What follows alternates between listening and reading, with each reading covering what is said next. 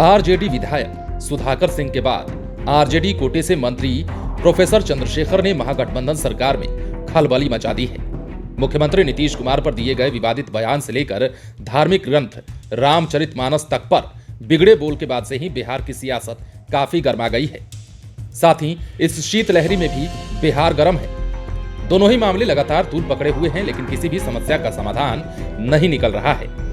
बिहार को समस्याओं से निजात दिलाने के लिए मुख्यमंत्री नीतीश कुमार समाधान यात्रा पर निकले हुए हैं, लेकिन आरजेडी की इन समस्याओं ने महागठबंधन के घटक दलों में दरार पैदा कर दी है। हालांकि काफी कहने के बाद अब इस दरार को पाटने की आरजेडी की ओर से एक पहल शुरू हुई है। पार्टी ने सुधाकर सिंह को नोटिस भेजा है। आरजेडी की इस नोटिस वाली पहल का जेडीयू ने स्वागत किया है। वह नीतीश कुमार ने भी इसे अच्छा कदम बताया है, लेकिन सियासी गलियारे में इस नोटिस को लेकर भी सवाल उठने लगे हैं और लोग पूछने लगे हैं कि क्या सुधाकर सिंह को आरजेडी की ओर से भेजे गए इस नोटिस से इस समस्या का समाधान निकल जाएगा। यदि निकल गया तो क्या इसी तरह कार्रवाई रामचरितमानस विवाद मामले में भी होगी। दरअसल रामगढ़ के आरजेडी विधायक सुधाकर सिंह अपने विवादित बयानों को लेकर लगातार पार्टी के लिए नासूर बन गए थे। पॉलिटिकल एक्सपर्ट भी मानते हैं कि आरजेडी भी सांप छछूंदर के फेर में पड़ गया है। पार्टी संविधान में शक्ति मिलने के बाद भी तेजस्वी यादव सुधाकर सिंह के खिलाफ कोई बड़ी कार्रवाई करने से गुरेज कर रहे हैं। वे नहीं चाह रहे हैं कि उनके हाथों से किसी तरह की कार्रवाई हो।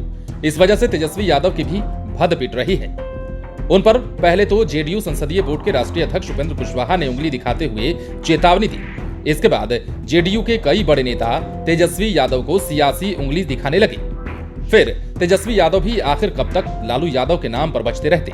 ऐसे में अब वो घड़ी आ गई जब आरजेडी ने एक्शन का पहला कदम उठाया। सुधाकर सिंह को नोटिस भेजा गया।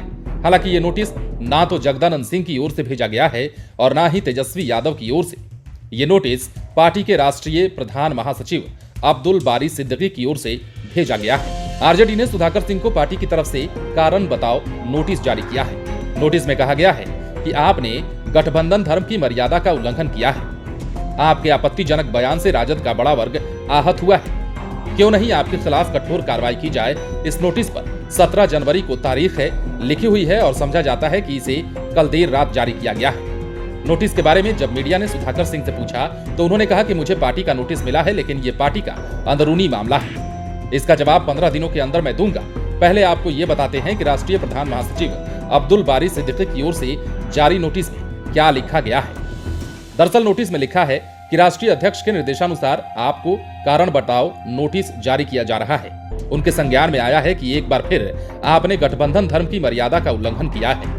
आरजेडी के राष्ट्रीय अधिवेशन में सर्वसम्मति से यह प्रस्ताव पारित किया गया था कि गठबंधन के मसलों और शामिल दलों के शीर्ष नेतृत्व के संबंध में सिर्फ पार्टी के राष्ट्रीय अध्यक्ष अथवा उप मुख्यमंत्री तेजस्वी यादव ही बात रखने के लिए अधिकृत हैं।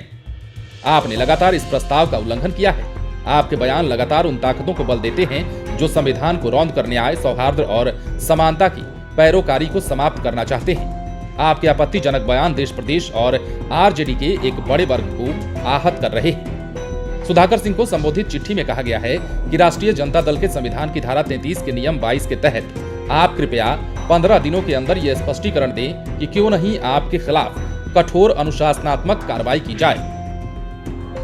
तो आपने देखा कि नोटिस में पार्टी की ओर से क्या कुछ लिखा था।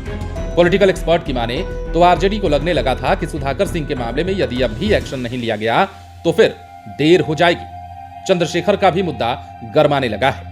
शिक्षा मंत्री के रामचरितमानस पर दिए गए विवादित बयान से भी आरजेडी की भद पिट रही है।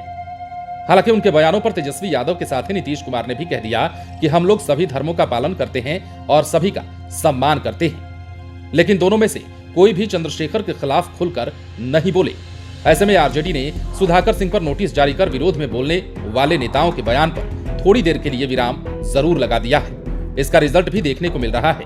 अब जेडीयू के वही नेता इस नोटिस का स्वागत करने लगे हैं। जेडीयू के प्रमुख प्रवक्ता नीरज कुमार ने कहा कि आरजेडी ने अपने नियमों के मुताबिक उन्हें नोटिस दिया है, ये एक अच्छी बात है। पार्टी ने भी नोटिस देकर स्वीकार कर लिया है कि सुधाकर सिंह ने गठबंधन धर्म की मर्यादा का उल्लंघन किया है।